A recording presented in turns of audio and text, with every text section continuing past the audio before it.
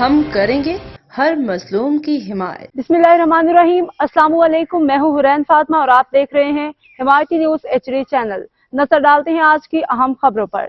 کراچی بینس colony موڑ کے قریب گاڑی میں آتش زدگی، جھلس کے 4 بچیاں اور 2 خواتین، 1 نوجوان 2 مرد زخمی، چیپا ذرائع۔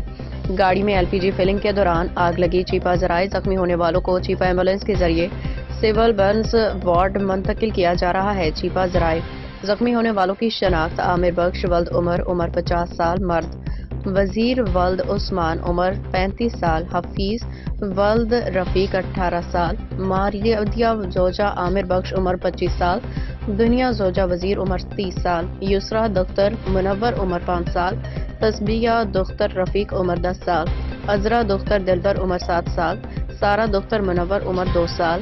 احمد دین حمایتی کی رپورٹ۔